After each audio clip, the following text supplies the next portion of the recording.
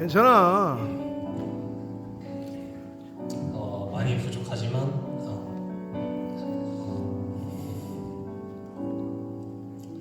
찬양할 때 다 같이 함께 찬양하셨으면 좋겠습니다.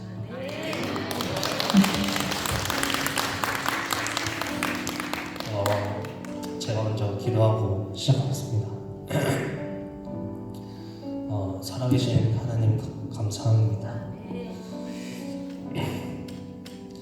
오늘 우리에게 건강을 주시고 생명을 허락하셔서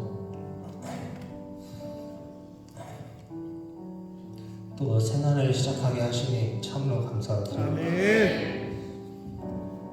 살아계신 주님, 우리가 주의 말씀에 순종하기를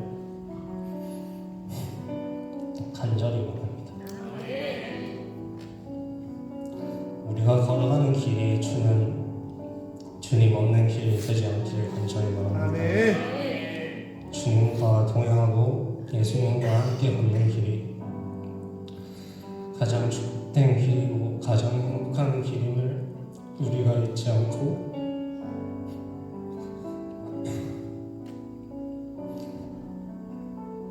그 안에서 평강을 누리는 오늘 하루의 삶이 되게 하여 주옵소서. 아멘.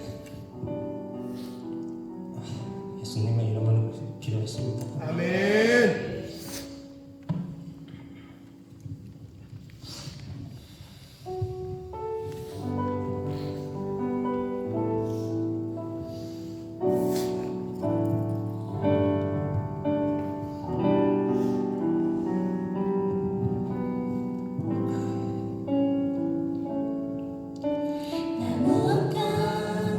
주님을 바꾸지 않으리. 다른 어떤 은혜 구하지 않으리. 오직 주님만이 내 삶의 도우이시니 주의 얼굴 보기 원합니다. 처음부터 고백하겠습니다. 무엇과도 주님을 바꾸지 않으리. 다른 어떤 은혜 구하지 않으리. 오직 주님만이 내 삶의 도우이시니 주의 얼굴 보기 원합니다. 사랑해요.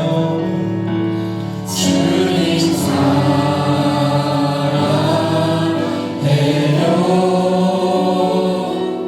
온 마음과 정성 다해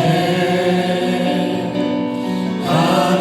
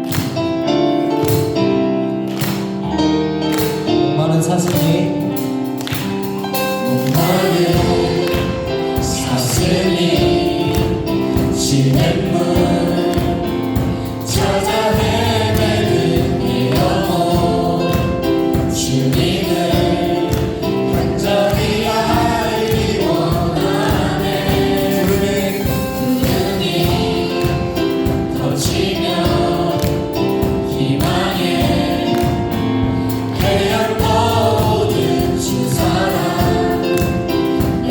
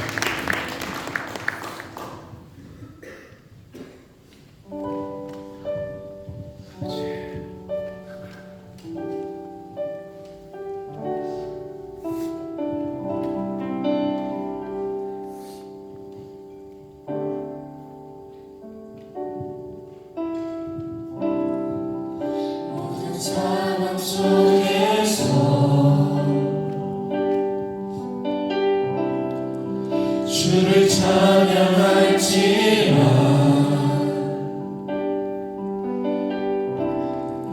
주는 너의 큰 상급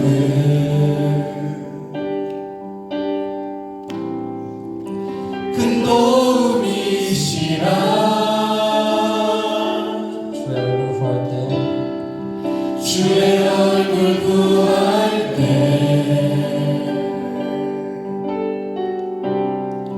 주의 영을 부으사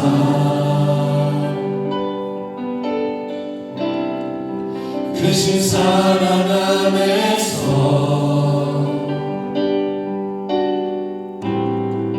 주를 보게 하소서 영혼이 확정되고 확정되었사오니 믿음에 눈들어 주를 바라봅니다 내 영혼이 확정되고 확정되었사오니 믿음에 눈들어 주를 바라봅니다 다시 처음부터 고백하겠습니다. 모든 상황 속에서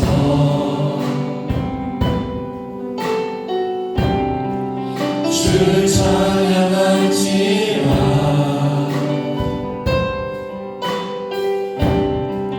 주는 너의 큰 상급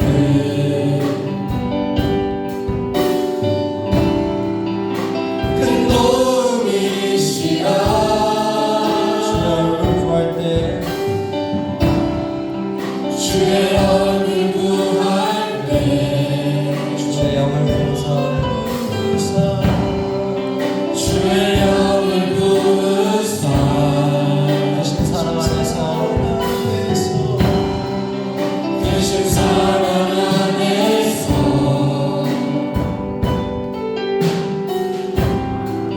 주를 보게 하소서 내 영혼이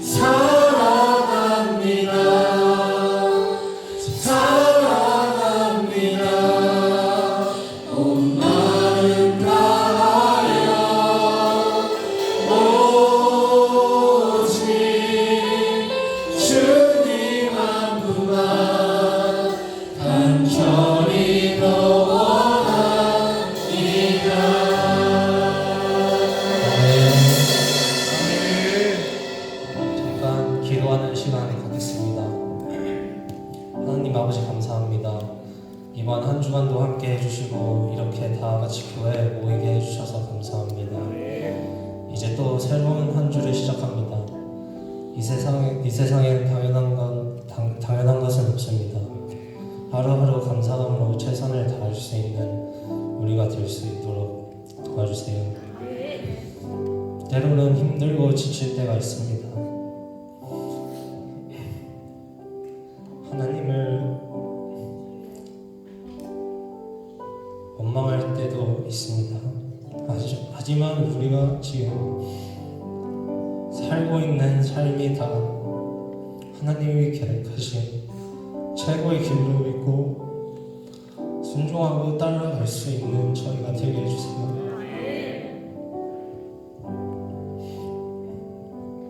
많이 부족한 우리 찬양팀이지만 여기 있는 모든 성도님들이 찬양을 통해서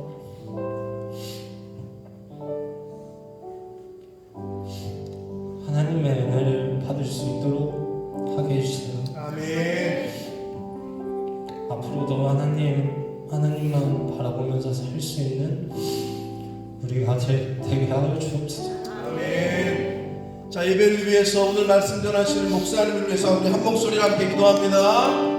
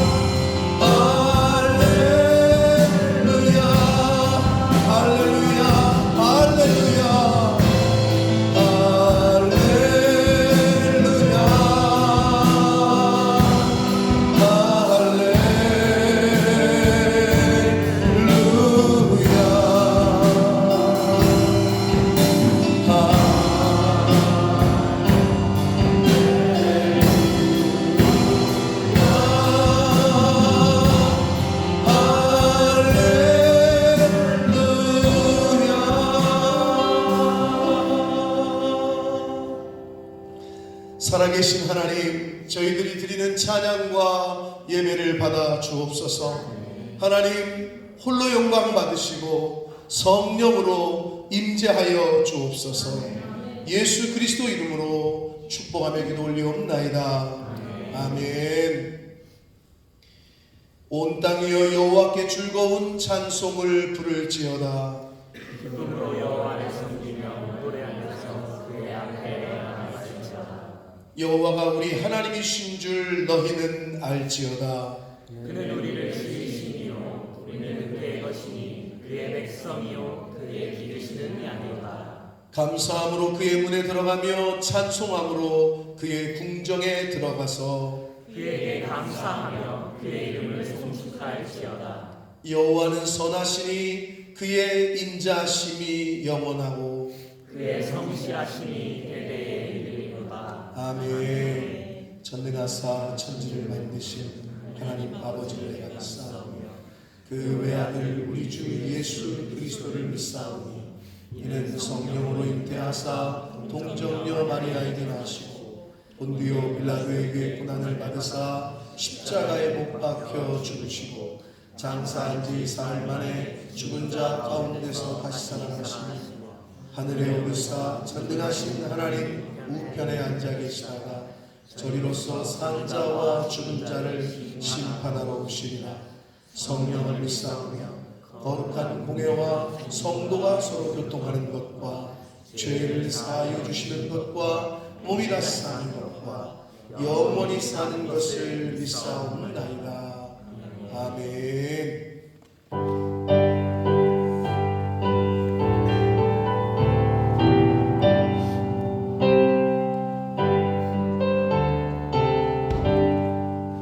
주 예수 이름 높이며 다 찬양하여라. 금멸류관을 들여서 만유의 주 찬양. 금멸류관을 들여서 만유의 주 찬양. 주 예수 나만 고난을 놀리질 죄이나 내 귀한 몸에 바쳐서 만유의 주 찬양. 내 귀한 몸에 바쳐서 만유의 주 찬양. 이 지구 위에 거하는 온 세상 사람들 그 크신 위엄 높여서 만유의 주 찬양. 그 크신 위엄 높여서 만유의 주 찬양. 주 믿는 성도 다 함께 주 앞에 엎드려 무궁한 노래 불러서 만유의 주 찬양. 무궁한 노래 불러서 만유의 주 찬양.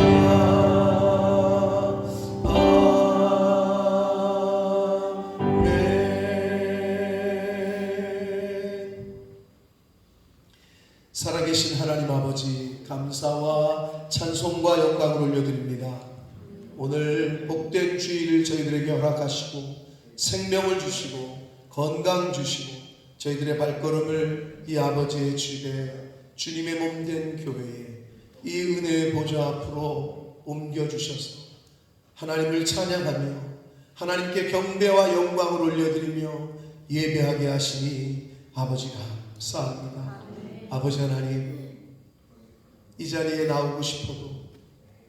영과 육이 불편하여 또 여러 가지 사건과 사고를 당하여 이 자리에 나오지 못한 이들도 있습니다.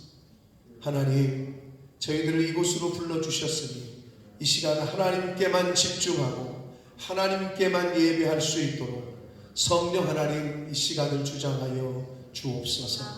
하나님 앞에 나올 때 행여나 알게 모르게 지은 죄가 있으니까 주여 용서하시고 보혈로 깨끗게 하여 주옵소서. 이 시간 하나님 앞에 예배할 때에 마음 중심을, 저희의 눈을, 저희들의 영을, 얼굴을 들어 하나님을 바라보게 하시고 이 시간 하나님의 말씀을 들을 때에 천내의 음성으로, 하나님의 음성으로 듣게 하여 주옵소서. 특별히 하나님께서 쓰시는 주의 사자 목사님을 이곳까지 보내주셔서 오늘 저희들에게 들려주시고자 하시는 말씀이 있는 줄 믿습니다. 아버지, 주의 사자의 입술을 주장하시고 그 온 머리끝부터 발끝까지를 주장하셔서 성령 하나님께서 하시고자 하시는 말씀을 대언케 하여 주옵소서. 아버지, 이 시간 하나님의 말씀을 듣고 그 말씀에 순종할 수 있도록, 그 말씀에 순종하여 한 주간을 살아갈 수 있도록, 일평생을 살아가도록 주님 은혜 내려 주옵소서. 이 예배 가운데 임마누엘로 임재하심을 믿사옵고 예수 그리스도 이름으로 축복하며 기도 올리옵나이다. 아멘. 오늘 하나님의 말씀은 사무엘상 17장 5절로 7절까지 말씀입니다.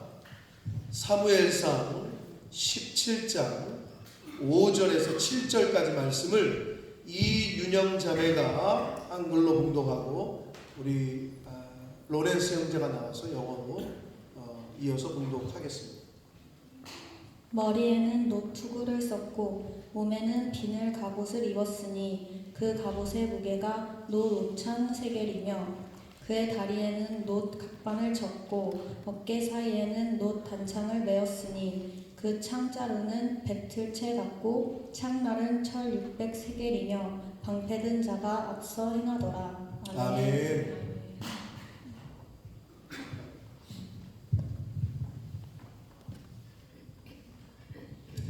Okay, and now 1 Samuel chapter 17 verses 5 to 7 in English.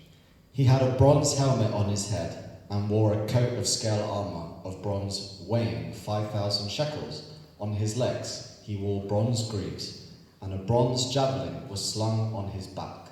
His spear shift was like a weaver's rod, and its iron point weighed 600 shekels. His shield bearer went ahead of him. 아멘. 자, 오늘은 지난주에 광고 드린 대로 우리 귀한 목사님이 오셨는데 성함은 임시영 목사님이시고 마포의 그 신수동, 정확히 말하면 신촌 근처 합정역 광흥창역, 이 광흥창역 5번 출구로 나가시면 교회가 제일 가까운데 맞죠? 5번 출구? 기억력이 제가 신학교를 졸업하고 대학원을 졸업하고 전도사 생활을 5년을 한 교회입니다. 거기서 저의 모교회와 같은 곳이고 그 교회에 돌아가신 원로 목사님께서 저를 또 제 아내와 결혼을 시켜주셨고 그곳에서 결혼식을 했고 그런 의미가 있는 교회인데 그 교회의 담임 목사님이세요. 세월이 흘러서 담임 목사님이 되셨는데 개인적으로는 저와 아주 절친한 친구이며 동역자고 나이가 저보다 한 살 적어요. 물론 제가 더 어려 보이는 거 알지만 아무튼 저보다 한 살 적으시고 제일 친한 친구이면서 동생이면서 동역자인 분이시고 저의 모교회 담임 목사님으로 가실 줄은 하나님만 아셨죠. 그래서 그 교회 담임 목사로 가신 지 7년이 됐고, 그전에는 대학에서 강의를 하셨고 독일에서 공부를 하셨어요. 오늘 저기 누구지게? 브로커너스도 다니는 독일에서 오네. 안 왔나? 네, 안 온 것 같은데, 독일어가 가능하신 분들은 독일어로 이따가 대화하셔도 됩니다. 그래서 독일에서 공부를 하셨고 석박사를 독일에서 다 하셨고, 독일의 아주 좋은 신학교인 하이델베르그에서 박사학위를 하셨습니다. 그래서 저희 모교 대학에서 강의도 하고 계시고 후학들을 길러내고 계시고 또 담임 목회도 아주 잘 하시는데, 7년이 돼서 안식년차, 정확히 말하면 안식월이죠. 요즘은 1년씩 쉬는 그 안식년을 갖는 교회 목사님들은 한국 교회에서 아마 0.0001% 정도가 되고요. 형편이 안 되니까 1년마다 한 달씩 정도로 이렇게 안식월 개념으로 쉬고 계시는데, 그것도 한 0.1% 정도 된다고 보면 되는데, 그 0.1%에 해당되시는 목사님이에요. 그래서 이제 그 당회에서 교회에서 이렇게 보내주셔서 사모님과 아들이 하나인데 이렇게 같이 쉴 겸 또 당신이 공부했던 하이델베르그 대학교도 방문하고 이렇게 하시던 중에 제가 여기 있으니까 여기 오시라고 했고, 본버스는 정확히 3번째 방문이세요. 제가 영국에 2004년에 왔는데 2005년도인가 2006년도인가 한번 오셨었고, 공부할 때, 본인도 공부할 때, 그리고 10여 년 전이에요. 두 번째 온 게 언제예요? 네? 6년 전인가요? 그리고 6년 전에 한번 오셔서 설교를 하신 적이 있어요. 네. 그리고 이제 오늘 3번째 방문이세요. 네. 첫 번째, 두 번째 방문보다는 오늘이 가장 여유 있는 방문, 심적으로나 여러 가지로 봤을 때 시간적으로나 그래서 방문을 하셨고요. 저도 어제 오셨는데 어제 오늘 짧게 옛날 얘기도 나누고, 저에게 또 학부 때 친했기 때문에 그 대학 졸업식 때 사진을 찍은 게 있더라고. 그거를 날 보여준다고 가져왔대. 어떻게 찾아가지고 깜짝 놀랐잖아요. 거의 승혁이가 거기 들어있더라고. 제가 67kg, 68kg 나갈 때거든요. 여기가 홀쭉 해가지고.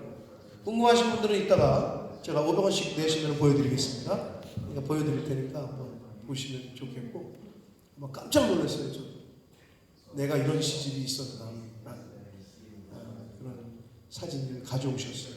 자, 그래서 오늘 아주 제가 좋아하는 동생이고 후배이고 동역자, 근데 이제 한국의 저의 모교회와 같은 교회를 또 담임하시고 오셨는데, 오늘 여러분 제가 늘 얘기하지만 열린 마음으로, 목회자들은 여기 딱 쓰면 알아요. 누가 졸고 있는지, 호선아, 누가 졸고 있는지, 누가 딴 생각하고 있는지, 딴 마음을 품고 있는지 다 알아요.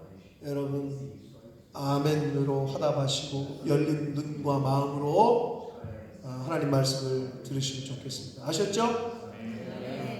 형 어떻게 교육시킨 거야? 이런 소리 안 나오게 아멘 소리 크게 하시고 그렇게 들으실 때 하나님의 은혜가 임할 줄 믿습니다. 자, 나오실 때 우리 환영의 큰 박수로 모시겠습니다.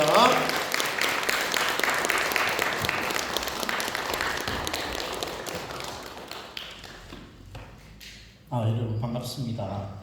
소개가 길었습니다만 제가 원래 제 개인적 얘기를 별로 설교 시간에서 하지 않습니다만 오늘은 좀 이렇게 출발을 조금 가볍게 한번 해볼까 합니다. 제가 1999년 1월에 결혼했거든요. 1999년 1월 12일 날 결혼했거든요. 제가 결혼하고 신혼여행 갔다가 돌아와서 그 4일 후에 돌아왔는데 16일에 양순성 목사님 결혼식에 제가 참석했었습니다. 그 결혼한 교회가 제가 지금 담임하고 있는 교회이고요. 인연이 깊어서 또 이렇게 와서 보게 되어서 너무 감사하고 또 이 자리에서 하나님 말씀 나눌 수 있어서 감사합니다. 오늘 말씀을 뭐를 전할까를 굉장히 고민이 좀 많았습니다. 왜냐하면 제가 듣기로는 신앙을 오래 가지신 분도 계시지만 또 신앙을 여기서 처음 가지신 분도 계시고 또 한국인들도 계시지만 외국인들도 계셔서 이것을 통번역하는 데 있어서 어떤 말씀을 전해야 할까 고민을 굉장히 많이 했는데 그럼에도 불구하고 제가 제 옷을 못 입으면 오히려 엉뚱한 말을 할 것 같아서 저는 오늘 제 옷을 입을 거고요. 제 옷을 최대한 그러나 어떻게든 우리 모두가 함께 할 수 있는 말씀으로 함께 나누려고 합니다. 그 말씀 나누기 전에 먼저 잠깐만 하나의 예를 들고 그 예로부터 한번 시작을 해볼까 합니다. 질문이 있습니다. 여러분 제가 지금 들고 있는 게 뭘까요? 컵이요. 컵을 들고 있죠. 인식론에 관한 문제입니다. 우리는 이거 모두가 컵이라고 얘기합니다. 이렇게 얘기하는 데는 두 가지 이유가 있을 수 있습니다. 델리다라는 어떤 인식론 학자를 이름을 거론하지 않아도 이것을 컵이라고 했던 이유는요. 하나는 선입견 때문이고요. 선입견에 의한 편견이고요. 또 그 선입견이 성급함에 의한 선입견일 수 있습니다. 두 번째는 교조 내지는 전통에 의한 선입견 때문에 우리는 이것을 그냥 컵이라고 무조건 받아들이죠. 그리고 이것을 컵이라고 우리 모두 얘기하는 데 대해서 아무도 불만이 없으시죠? 그죠? 자, 그런 말이죠. 제가 여기에 커피를 가득 담았습니다. 그러면 여러분 이거를 뭐라고 부르시겠습니까? 여전히 컵이라고 부르신다면 인식론에 문제가 있으신 겁니다. 왜냐하면요, 이게 객관적 인식론도 있지만 주관적으로 컵에 커피를 가득 담고 누구한테 줄 때 말이죠. 컵 받으세요라고 주는 사람은 아무도 없을 겁니다. 이걸 누구한테 전할 때 뭐라고 전한다고요? 커피를 전하는 거죠. 이게 우유가 담기면 우유라고 얘기할 거고요. 자, 그런데 컵을 전했습니다. 커피를 건넸어요. 그리고 커피를 다 마셨습니다. 자, 이제 이게 뭐가 됐을까요? 다시 컵이 됐다고 생각하면 한 단계 정도 생각을 좀 더 깊게 해봐야 합니다. 이거는 이제 쓰레기가 된 겁니다. 똑같은 물건인데 말이죠. 어떤 시간에 따라서 그리고 어떤 관점에 따라서 컵이 됐다가 커피가 됐다가 쓰레기가 됐다가 또 누군가의 입장에서는요, 동일한 쓰레기의 입장이지만 누군가는 리사이클, 그러니까 재활용할 수 있는 사업의 아이템으로 보이는 사람들도 있을 겁니다. 그러니까 말이죠. 제가 오늘 말씀을 시작하면 여러분과 함께 하고 싶은 그 말씀의 요지는 뭐냐 하면 어떤 한 가지를 볼 때에 항상 동일하지 않다는 겁니다. 그것을 내가 어떤 상황에 보느냐, 내가 어떤 마음으로 보느냐, 그리고 내가 어떤 선지식, 기본적인 지식을 가지고 보느냐에 따라서 다 달라지는데 동일한 것을 다르게 볼 수 있다. 동일한 것은 모두의 입장에 동일하지 않다라는 어떤 주제를 가지고 오늘 말씀을 좀 나누어 볼까 합니다. 그래서 말이죠. 제가 여러분과 나눌 말씀을 어디서 찾았냐 하면 다윗으로부터 찾았습니다. 다윗으로부터 찾은 이유는 딱 한 가지입니다. 다윗은요, 교회를 다녔던, 교회를 안 다녔던 누구나 다 아시죠. 다 아는 다윗의 얘기로부터 시작해서 우리가 인식을 어떻게 달리해서 다윗을 어떻게 보게 할 건지의 어떤 접근들을 좀 해볼까 합니다. 그래서 제가 원래는 그렇지 않은데 오늘은 통역자를 배려하는 마음으로 원고에 충실하게 설교를 한번 해볼까 합니다. 원래 제가 좀 프리롤이거든요. 원고는 다 만들지만 제가 원하는 대로 하지만 오늘은 통역자를 배려해서 그렇게 좀 할까 합니다. 오늘의 설교가 누군가에게는 성경에 기록된 위대한 한 인물에 대한 전기처럼 들릴 겁니다.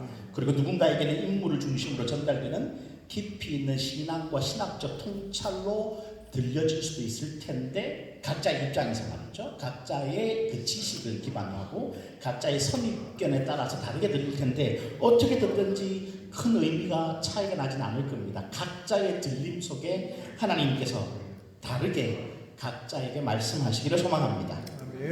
모두를 위해 구체적인 성경의 장절을 밝히지 않고 말씀을 진행하겠습니다. 그렇게 밝히는 게 누군가에게 유익하지만 신앙을 금방 가진 사람들에게는 이 성경 장절을 밝히는 게 굉장히 복잡게 느껴질 수 있기 때문에 그렇습니다. 자, 이제부터 말씀입니다. 이스라엘은 시작부터 하나님 왕권 아래 사는 나라였습니다. 나라가 세워졌는데 주권이 하나님께 있었다는 거죠. 백성들은 하나님 왕권 아래서 뒤처진 경쟁력을 어느 날 발견하게 됩니다. 하나님이 왕이어서 좋은 것 같지만 막상 삶을 살다 보니 그것도 말이죠. 청동기에서 철기로 넘어가는 시간이었다고요. 청동기 시기에서 철기로 넘어가는 시기에 왕국들이 생기기 시작했거든요. 그 왕권 아래 강력한 철기 문화로 살아갔던 사람들을 멀리서 지켜보게 된 거죠. 이스라엘은 여전히 브론즈 사이트, 그러니까 그 청동기의 시간을 살고 있고, 그리고 세상 사람들은 그 철기의 삶을 사는 것으로 이미 넘어가고 있는 상황에서 자신들의 삶의 경쟁력이 떨어진다는 것을 깨닫습니다. 그리고는 그 경쟁력을 만회하기 위해서 무슨 생각을 하냐면, 우리도 하나님 왕 말고 인간 왕이 있어야겠다. 철기를 들고 우리를 대신해서 싸워주고 우리를 보호해주는 왕이 있어야겠다는 생각을 합니다. 그래서 인간들은요, 이스라엘 백성은 왕을 세웁니다. 뭘 위해서요? 경쟁력 확보를 위해서 말이죠. 이스라엘이 원해서 세운 인간 왕은 그러나 여전히 하나님 왕권 아래 있어야 했습니다. 이스라엘은 종교 사회였기 때문에 더더욱 그렇게 했어야 하는 거죠. 그런데 인간 왕이 세워지고 난 다음에 인간 왕이 스스로 깨닫는 거죠. 하나님 왕권 아래 있는 인간 왕이라는 것이 무력하다는 것을 깨닫습니다. 경쟁력을 위해서 왕을 세웠는데 그 왕이 결국에 또 누구에게 종속되냐 하면 하나님 밑에 종속되어 있는 것처럼 보이니까 경쟁력이 또 없어 보이는 거죠. 그래서 이 세워진 인간 왕은 선택합니다. 내가 하나님의 왕권 아래 있을 건지, 아니면 하나님의 왕권이 아니라 내가 스스로 하나님과 같은 왕이 될 건지를 선택하려고 하는 거죠. 얘가 반응을 하네요. 여러분들이 반응을 해야 되는데 말이죠. 이것을 말이죠, 세계사는 뭐라고 부르냐면, 여러분 각 나라에 보면 왕들이 자기를 선오브갓이라고 부르는 그 문화들이 있다는 걸 압니다. 우리 중국에서는 그 사람을 뭐라고 부르냐면 천자, 하늘의 아들이라고 불렀죠. 그래서 왕을 그렇게 부르고, 바벨론 문화에도, 그리고 메소포타미아를 쭉 지나와서 이집트 문화에도 왕들은 전부 신 자체이거나 신의 아들이었고, 영국에서도 그렇지 않습니까? 영국의 과거에 왕들은 하나님의 대리자 또는 하나님 자체일 수도 있었던 거죠. 왜 그렇게 각 문화권에서 이런 일이 세워지냐 하면, 그게 바로 삶의 경쟁력 확보에 가장 유익하고 가장 강력한 방법이라고 생각했던 거죠. 하나님 자리에 올라선 인간, 하나님은 그 누구도 그렇게 되기를 원치 않으셨고, 더 나아가서 모두가 또 그렇게 되기를 원하시는 아주 이중적인 암비발렌트한 모습을 가지고 계세요. 우리 모두가 하나님 같이 되면 안 되고요, 누구도 하나님 같은 왕권을 누리면 안 되고, 반대로 모두가 하나님 같은 사람이 되어야 하는 거죠. 이 두 가지의 모습 속에 하나님 자리에 홀로 올라선 인간은 용납될 수가 없는 겁니다. 우리 모두가 하나님 같으면 오케이. 하지만 누구 한 사람만 하나님 같으면 안 되는 거죠. 너무 심각하시니까 제가 다른 얘기를 조금 새길 테니까 통역자는 당황하지 마십시오. 네. 여러분, 이제 얼마 후면 의학이 발달하다 못해서 사람의 생명을 굉장히 연장시킬 수 있는 과학적 지성이 만들어질 수 있을 것 같습니다. 그렇죠? 그 지성이 만들어질 때에 그것의 비용이 저렴할까요? 아니면 아주 고가일까요? 고가이겠죠. 엄청난 고가일 겁니다. 이 고가인 기술을 인류 공영을 위해서 모두에게 공개할까요? 아니면 그 고가의 기술을 살 수 있는, 구입할 수 있는 누구한테만 공급할까요? 후자가 되겠죠. 그러면 과학이 쭉 발달해서 말이죠, 삶을 굉장히 연장할 수 있는 기술이 만들어졌을 때 누군가는 일찍 죽고 누군가는 더 많이 사는 세상이 되죠. 죽지 않는다 또는 죽음을 굉장히 연장시킬 수 있다고 할 때에 그 죽지 않는 인간을 우리가 뭐라고 불러야 할까요? 그리고 반면에 소유가 없어서 죽어야 할 인간은 우리가 뭐라고 불러야 할까요? 죽지 않는 인간을 신이라고 불러도 괜찮지 않을까요?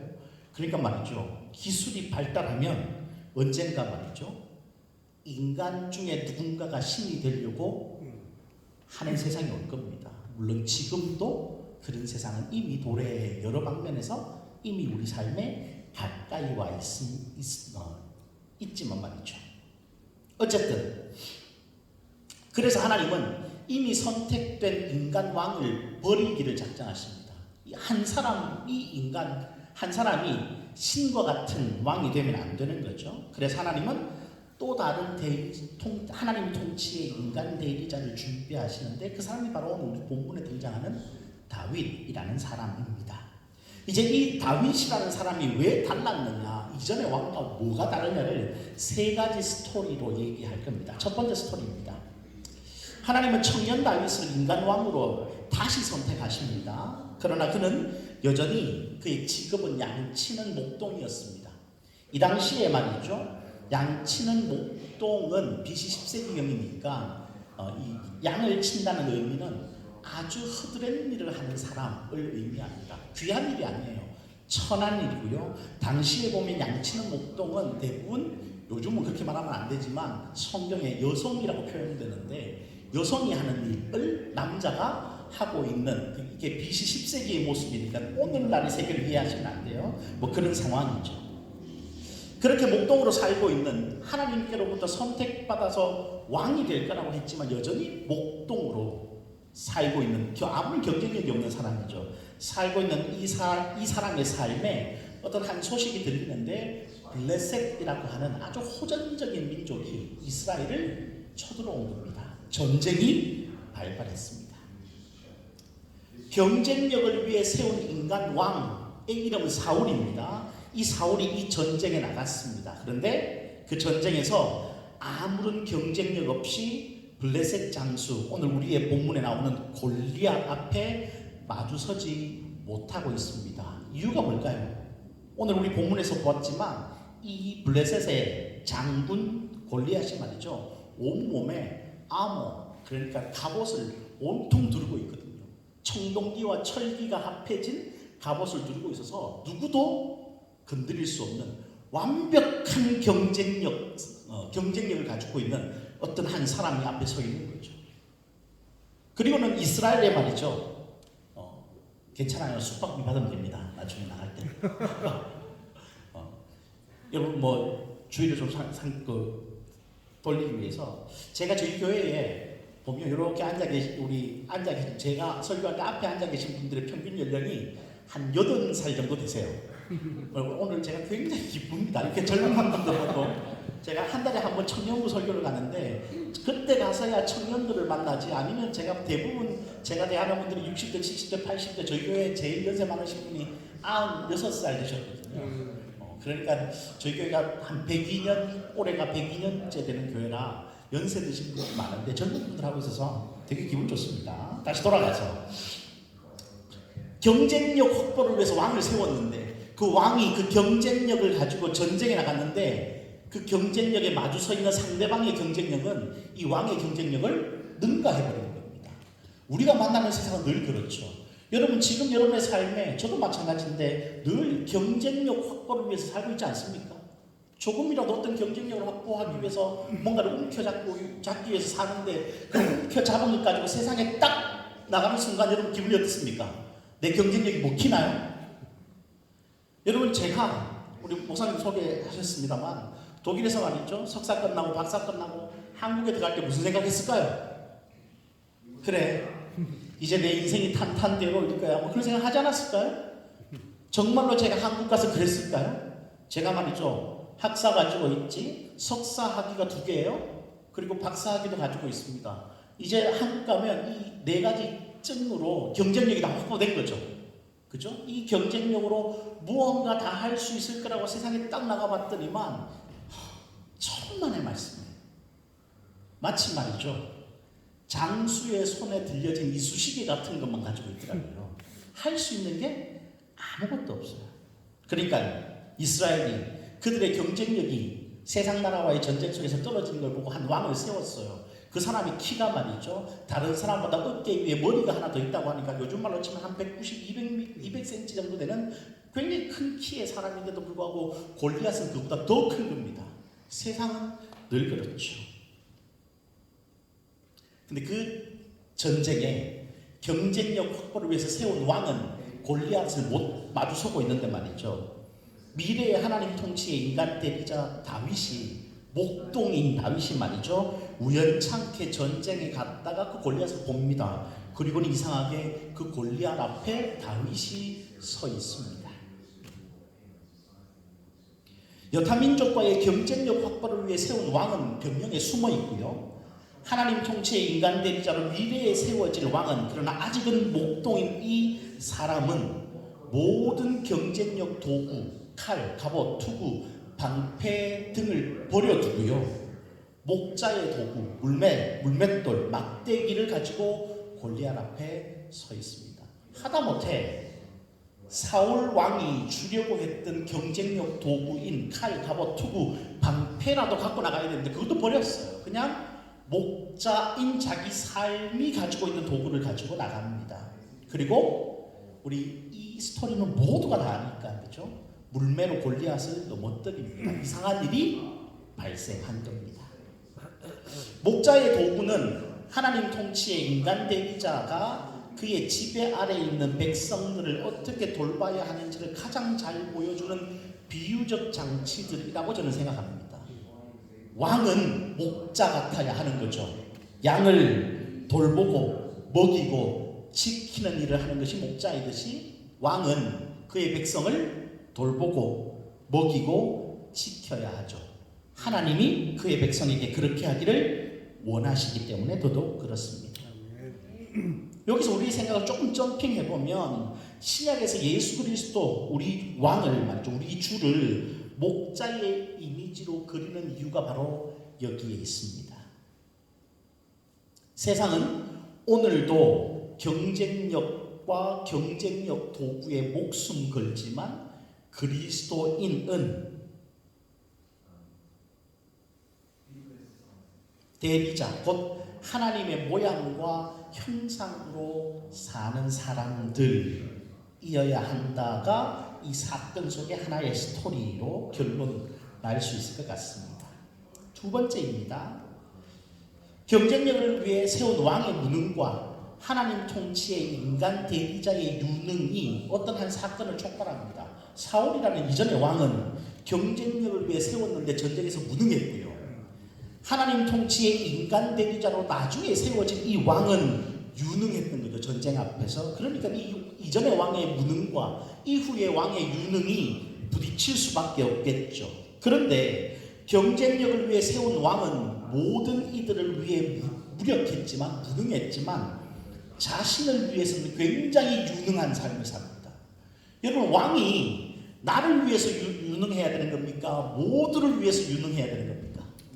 우리 정치인, 우리 투표할 때 자기를 위해서 유능한 사람을 뽑아야 합니까? 모두를 위해서 유능한 사람을 뽑아야 합니까? 너무 당연한 일이죠. 왕은요, 나를 위해서 유능하지 말아야 하고 모두를 위해서 유능해야 되는데 전쟁 앞에서 무능해서 숨은 이 왕은요, 자기를 위해서 아주 유능해집니다. 그래서 다윗을 그의 유능함으로 죽이고자 합니다. 그 능력이 있는 거죠. 하나님 통치의 인간 대리자인 미래의 왕 다윗은 모두를 위해 유능했지만 결국에는 자신을 위해서는 무능해서 자기를 죽이려고 하는 왕을 피해서 도망가는 인생이 됩니다. 그러던 어느 날 자신을 위해 유능을 선택할 수 있는 기회에 마주섭니다. 다윗이 말이죠. 엔게디라는 지역의 동굴에서 우연히 현재의 왕과 미래의 왕이 마주칩니다. 현재의 왕, 그러니까 모두를 위해서는 무능하지만 자기를 위해서는 유능했던 이 왕이 말이죠, 흔히 말해서 용변을 보려고 동굴 안으로 들어온 거죠. 그 동굴 안에 모두를 위해서는 유능했지만 자기를 위해서 무능했기에 도망다닐 수밖에 없었던 이 미래의 왕 다윗이 그의 군사들과 함께 있었던 겁니다. 기회가 된 거죠. 농담 같지만 이 용변을 보러 들어왔다는 상황을 떠올려 보시면 이때가 바로 진짜 인간이 무능할 때 아닙니까? 그죠? 아무것도 못할 때인 거죠. 그리고 그 동굴 안에 다윗과 그의 부하들이 있는데 현재의 왕을 죽여 자신의 무능한 상태를 극복하고 유능의 옷을 입을 수 있는 가장 좋은 기회가 다윗에게 주어졌습니다. 근데 말이죠, 다윗이 그곳에서 이상한 말을 합니다. 나는 하나님의 기름 부음 받은 자를 죽이지 않겠다. 무능을 선택하는 거예요. 내 무능을 극복할 수 있는 좋은 방법이 뭐냐면 그 왕을 죽이면 그만이거든요. 그러면 나는 무능의 옷을 벗고 유능의 옷을 입을 수 있는데 그렇게 하지 않습니다. 세상의 방법을 따르지 않는 거죠. 그리고 그렇게 말하는 겁니다. 나는 하나님의 기름 부음 받은 자를 죽이지 않겠다. 세상에 가장 유능했던 골리앗과의 싸움에서는 물매로도 이겼는데 말이죠. 이제 가장 무능한 사울과의 싸움에서 칼을 손에 잡고도 물러서는 다윗을 우리는 이 동굴 안에서 보게 됩니다. 다윗은 왜 이렇게 말하는 걸까요? 그리고 이 동굴 안에 하나님의 기름 부음 받은 자는 도대체 몇 명이 있는 걸까요? 여러분, 이 동굴 안에 하나님의 기름 부음 받은 자가 몇 명 있을까요? 2명 있습니다. 한 명은 사울이고요, 한 명은 다윗입니다. 다윗이 뭐라고 얘기했다고요? 나는 하나님의 기름 부음 받은 자를 해하지 않겠다. 이 뜻은요, 양가적입니다. 내가 너를 죽이지 않겠다는 뜻도 되지만 너도 뭐 할 수 없다고요? 나를 죽일 수 없다는 말이에요. 왜죠? 나도 하나님의 기름 부음 받은 사람이기 때문에 그렇습니다. 이게 바로 하나님 앞에서의 유능입니다. 세상은요, 나는 너에게 할 수 있지만 너는 나에게 할 수 없어를 외치는 유능을 살죠. 기독교인의 유능은요, 내가 너에게 하지 않는 것을 너도 나에게 하지 않아야 한다는 유능으로 사는 겁니다. 아멘. 이게 그런데 정말로 쉽지 않습니다. 나는 너에게 이렇게 해도 되지만 너는 나에게 이렇게 하지 마 라고 사셨죠? 아닙니까? 한 번도 그렇게 살아본 적은 없습니까? 우리 대부분은요, 여기서 넘어지죠. 우리는 세상의 유능을 인간관계에서, 가족관계에서 또는 모든 곳에서 자주 사용하려고 하지만 성경에서 말하는 유능은, 경쟁력 도구는 그런 게 아니라고요. 다윗은요, 지금 자기 선포를 한 겁니다. 내가 당신을 죽일 수 없듯이 당신도 나를 죽일 수 없습니다. 다윗은 지금 사울을 위한 무능을 선택한 것이 아니라 자신을 위한 진정한 유능함을 선택하고 있는 겁니다. 나에게 벌어지지 말아야 할 일은 너에게도 벌어져서는 안 된다는 자기 선포이고요, 하나님 통치의 인간 대리자가 마땅히 살아가야 할 유능은 이런 겁니다. 왕으로서 말이죠. 나는 백성들에게 할 수 있지만 백성은 나에게 할 수 없어가 되면 그는 하나님이 세운 왕일 수가 없는 거죠. 하나님이 세운 왕이라면 내가 너에게 할 수 있는 것은 너도 나에게 할 수 있고, 내가 너에게 할 수 없는 것은 너도 나에게 할 수 없다고 선포하는 거죠.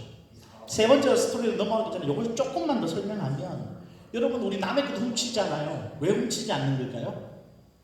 대부분의 사람들이 이런 질문을 하면 벌 받으니까요 이렇게 말합니다. 정말일까요? 내가 훔치지 말아야 할 진정한 이유는요, 너도 나의 것을 훔치지 말아야 한다는 내 선포를 하고 살아야 하기 때문에 그렇습니다. 내가 남의 것을 훔친다는 말은요, 너도 내 것을 훔쳐도 좋다는 선언이기 때문에 그렇습니다. 그래서 우리는요, 기독교인은 말이죠, 자기 선포 속에 살아야 합니다. 내가 할 수 없는 것은 너도 나에게 할 수 없고, 내가 너에게 할 수 있는 것은 너도 나에게 해도 좋다가 되는 것이 기독교인의 진정한 유능함이죠. 아멘. 그런데 말이죠, 칼, 투구, 창 이런 걸로 대비되는 세상의 유능함은 과연 이럴까요? 아니죠. 세상의 유능함, 그 높음은요, 다른 것을 말하죠. 나는 너에게 everything okay. 근데 너는 나에게, 그죠?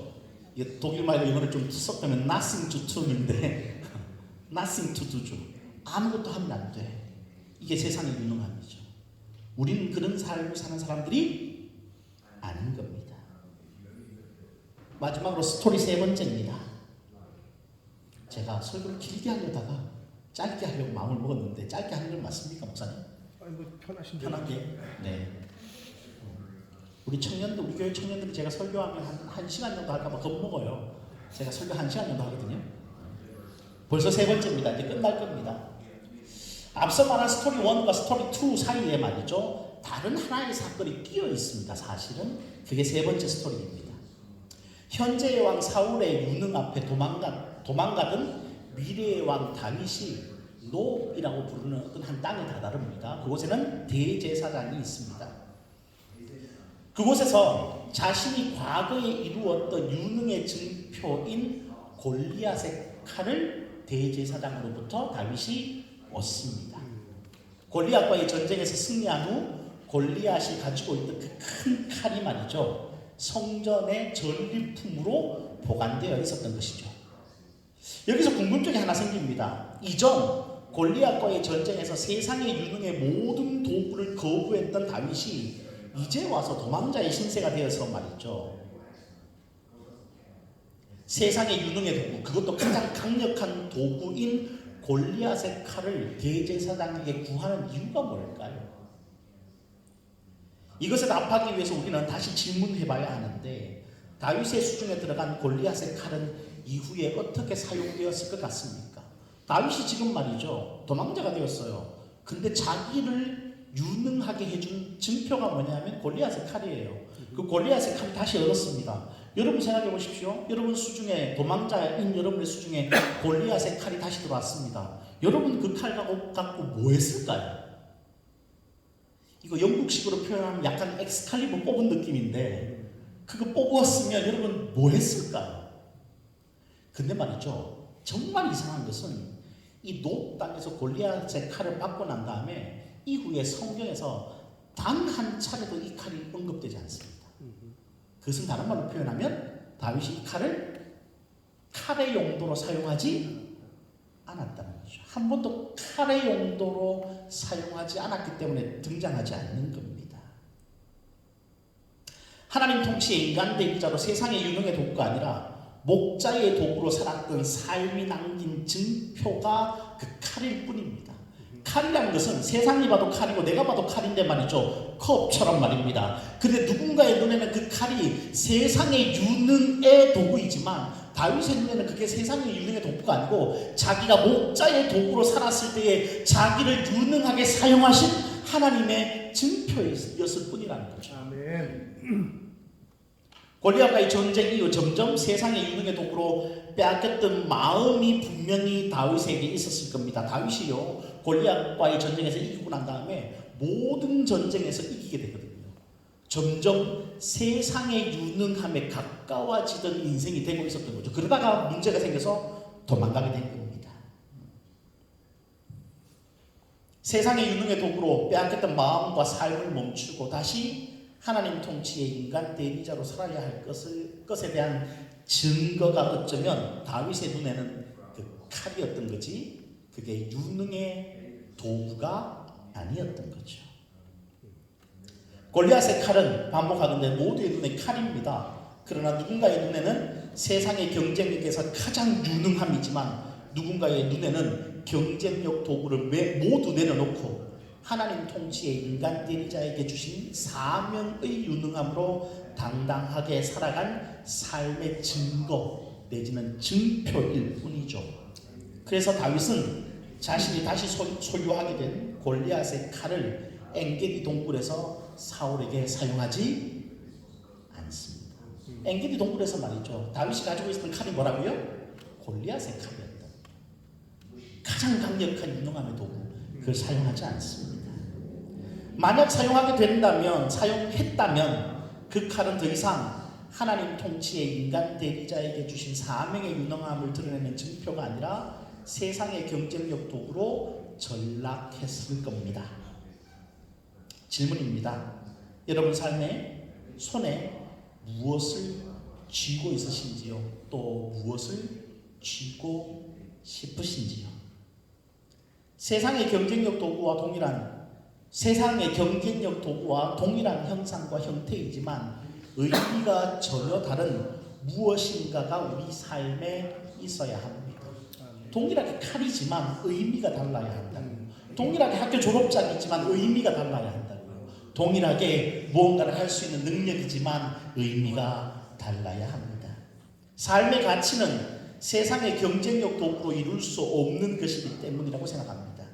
모두의 삶에 무능한, 그럼에도 개인의 삶에만 유능한 도구를 가지는 인간이 아니라, 인생이 아니라 모두의 삶에 함께 유능한 그 무엇인가가 우리 삶에 또는 우리 손에 있을 때, 때로 그것이 개인의 삶에 무능을 발생시키는 한이 있더라도 그 도구로 살 때에 우리 삶의 가치가 이루어진다고 저는 생각하고, 그것이 바로 우리의 삶의 가치를 이루는 능력이 될 것이라고 믿습니다.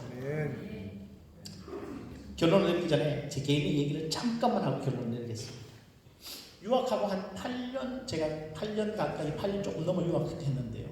6년째 되는 아마 어간이었을 겁니다. 계절도 지금 같아요. 영국은 날씨가 되게 좋잖아요. 독일은 날씨가 되게 안 좋거든요. 제가 옛날에 영국의 날씨가 되게 안 좋은 줄 알았는데 독일 가서 깜짝 놀랐습니다. 독일이 더 안 좋아요. 아침에 7시 정도 되면 그 독일의 슈트라센바hn이라고 트램을 타고 학교를 갔는데, 트램을 이렇게 타고 있는데 말이죠. 서 있었어요. 가방을 메고.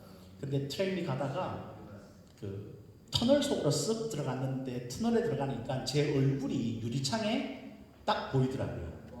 깜짝 놀랐습니다.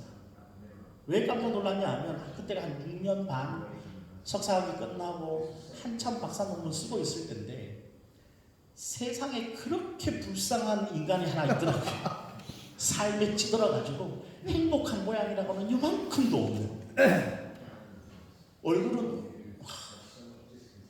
제가 제 얼굴을 보고 가끔 저는 지금도 놀랍니다만, 너무 늙어서 놀랍니다만, 그 사람을 보고 제가 깜짝 놀라서 그날은 도서관에 가서 하루 종일 논문을 한 자도 못 쓰고 생각이 좀 많아졌어요. 내가 그만큼 원했던 곳에, 내가 그만큼 원하는 학교에, 그리고 내가 지금 평생을 꿈꾸어왔던 선생님들과 저희 학교 유명한 교수님 되게 많거든요. 그런 분들과 늘 만나고 수업받고 정말로 그것을 꿈꾸며 살아왔는데, 결국에 그 자리에 서 있는 내 얼굴은 어떻다고요? 그렇게 불행한 얼굴로 하고 서 있더라고요. 그 깜짝 놀라면서 제가 그 이후로 제 삶을 좀 바꿨습니다. 내가 이거를 정말로 내가 행복해서 즐거워서 하고 있는데 내가 왜 이렇게 불행하게 살고 있는가 말이죠. 이곳에 유학 오신 분들도 계시고 또 어학연수 하고 계신 분도 계시죠. 때때로 말이죠. 여러분 정말 꿈꿔서 왔죠. 근데 와서 살다 보면 우리 이민자들도 마찬가지지 않습니까? 내가 정말 원해서 사는데 때때로 내 얼굴이 불행하게 보일 때가 있죠. 저는 그 순간이야말로, 그런 나를 발견하는 순간이야말로 내가 오늘 왜 이곳에 있는지, 그리고 내가 오늘 무엇을 쥐려고 하는지, 그리고 내가 손에 쥐는 그게 과연 세상의 경쟁력 도구로 전락할 어떤 것을 쥐기 위해서 끙끙거리고 있는지, 아니면 누가 봐도 좋은 도구이긴 하지만 나에게는 전혀 다른 의미의 어떤 것일 수 있는지 고민해보는 시간이, 이번 우리 목사님은 좀 전에 기도하시면서 평생을 그렇게 살게 해주십시오 그렇게 하는데, 저는 그렇게 사는 사람을 한 명도 못 봤기 때문에 이번 주만 그렇게 한번 살아보십시오. 고민을 한번 해보세요. 내가 뭘 쥐고 싶어 하는지 말이죠. 끝으로 개인의 삶에 최대의 무능을 선택함으로 모두의 삶에 최선의 유능을 이룬 한 사람을 소개하고자 합니다. 누굴까요? 예수님입니다. 개인의 삶의 최대의 무능, 곧 십자가 위에서의 죽음을 선택함으로 모두의 삶의 최선의 유능, 곧 구원을 이루신 분이 계십니다. 이 예수님께서 저와 여러분과 함께하고 계시고, 저와 여러분의 삶이 자신을 닮아오기를 기대하고 기다리고 계십니다. 마지막 질문으로 설교를 마치겠습니다. 여러분은 이제 어떻게 하시겠습니까? 기도하겠습니다. 하나님, 어쩌면 우리도 세상의 사람들과 똑같이 경쟁력 도구를 손에 쥐고 모두의 유능이 아닌 나의 유능함을 위해서 내 삶을 살아가고 있었던 구분되지 않는 인생이었을 수 있습니다. 오늘 우리 누군가에게 이 말씀이 들리고 마음에 결정한다면 이제 세상의 경쟁력 도구가 아닌 하나님의 사명 아래 살아가는 사람, 하나님의 부르심 아래 살아가는 사람, 예수 그리스도를 닮기 위해 살아가는 사람, 모두의 유능함을 위하여 때로 내 손에 무능이 쥐어질 때도 아멘 할 수 있는 사람, 그는 그리스도인으로 우리의 삶을 살아갈 수 있도록 도우시고 은총 다하여 주시옵소서. 우리 속에 허락하신 하나님의 사명이 우리로 세상에서는 무능하나 말씀 앞에 유능한 사람, 세상에는 능력 없어 보이지만 주의 말씀을 살아가고 지켜가는 데는 유능한 사람, 그것으로 하나님 나라를 이 땅에 도래하게 하며 이 땅에 이루는 일에 유능한 사람, 그런 인생들이 우리 모두가 될 수 있도록 하나님 도우시고 은총 다하여 주시옵소서. 함께 하실 예수님 이름으로 기도합니다. 아멘. 너무 은혜스러운 말씀을 전해주셨습니다. 우리 감사의 마음을 담아서 하나님께 영광을 돌리고 우리 목사님께 감사의 박수 한번 드립니다.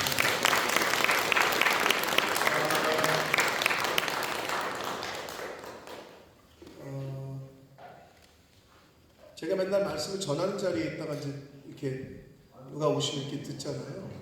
저에게 그런 시간이 늘 필요하다는 걸 늘 느끼는데, 여러분이 보실 때 너무 오늘 저는 은혜를 많이 받았고, 역시 공부한 사람은 다르구나 이런 생각도 했고, 공부를 나도 더 하고 싶다.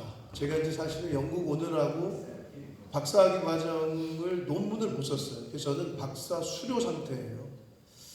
근데 이제 얘기를 나누면서 형도 빨리 끝내야지 뭐 이렇게 얘기하는데, 그래서 지금 저의 마음에 다시 한번 불을 지피는 오늘 여러 가지 그 느낌이 있는데, 기회가 되면 좀 이제 나이도 먹어가니까 자신도 없어지고, 근데 이제 학위를 그래도 맞춰야 되겠다 하는 마음도 또 새롭게 생기고, 왜냐하면 여러분 인풋이 없는데 어떻게 아웃풋이 있겠습니까? 그렇죠? 매일 퍼내기만 하는데 이제 바닥 날 거 아니에요. 사실 인풋이 있어야 되거든요. 그래서 재교육이라는 게 필요한 거고, 그래서 기회가 되면 내가 좀 공부를 해야 되겠다라는 마음이 더 간절해지고, 너무 귀한 말씀, 정말 이렇게 뷰포인트가 다르잖아요, 관점이. 그래서 너무 귀한 말씀을 들어서 너무 은혜스럽고, 다음 주부터 내가 어떻게 설교해야 되나 뭐 이런 마음도 좀 들고, 그렇습니다. 아무튼 하나님께서 저와 또 우리 성도님들에게 필요한 말씀이셨기 때문에 우리 목사님을 보내주시고 있습니다. 너무 감사하고, 여러분의 이따 끝나고 또 교제는 이따 나중에 하시면 좋겠습니다. 다 같이 일어서셔서 찬양 드리시면서 드리신 예물을 하나님 앞에 드립니다.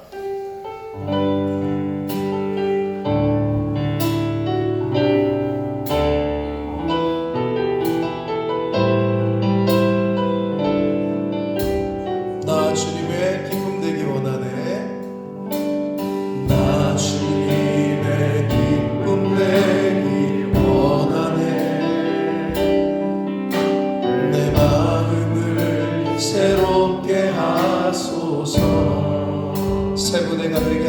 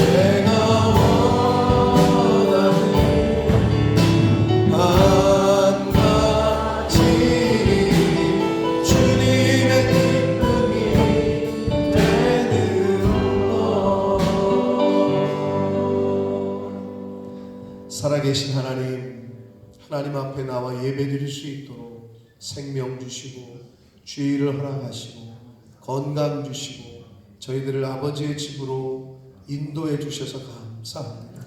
하나님, 귀한 사자 목사님을 하나님께서 이곳에 보내셔서 꼭 들어야 할 말씀이기에 저희들에게 주신 줄 믿습니다. 하나님, 우리가 무엇을 가지고 또 무엇 때문에 무엇이 경쟁력인 줄 바로 깨달아 알게 해주시고 각 사람에게 이 땅에 보내신 하나님의 목적하심과 주신 사명이 있을진데 하나님, 세상 사람들이 붙잡는 거 붙잡지 않게 해주시고 하나님이 주신 사명, 하나님의 그 말씀 붙잡고 살아가는 제가 되게 해주시고 이 몸된 교회에 속한 권속들이 되게 해 주옵소서. 아버지 앞에 나올 때에 공수로 보이지 말라고 하신 말씀에 순종하여 10의 1조를 구별하라는 말씀에 순종하여 10의 1조를 구별하고 각종 예물을 구별하여 성별하여 하나님 앞에 드리는 한 영혼들과 속한 가정 위에 복을 주시되 성경에 약속하신 복을 허락하여 주옵소서.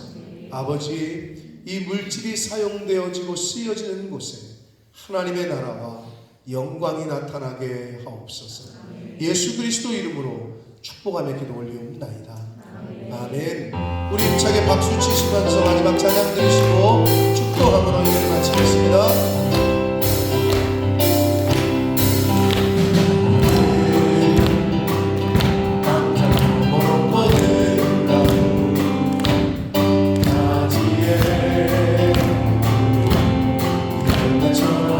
하나님의 귀한 축복이 삶에 가득히 넘쳐날 거야. 너는 어떤 시련이 와도 어떤 시련이 와도 이전에 가 있어. 전능하신 하나님께서 너와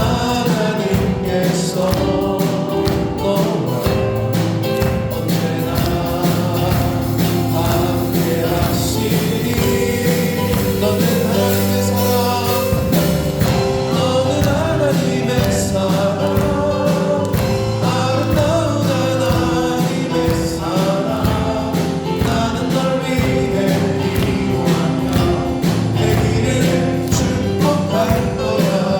너는 하나님의 선물, 사랑스러운 하나님의 열매, 주의 품에 꼭 피운 나무가 되어줘. 너는 하나님의 사랑, 너는 하나님의 사랑, 아름다운 하나님의 사랑. 나는 널 위해 기도하며 내 길을 축복할 거야. 너는 하나님의 선물, 사랑스러운 하나님의 열매, 주의 품에 꼭 피운 나무가 되어줘. 나무가 되어줘. 나무가 되어줘. 나무가 되어줘. 나무가 되어줘.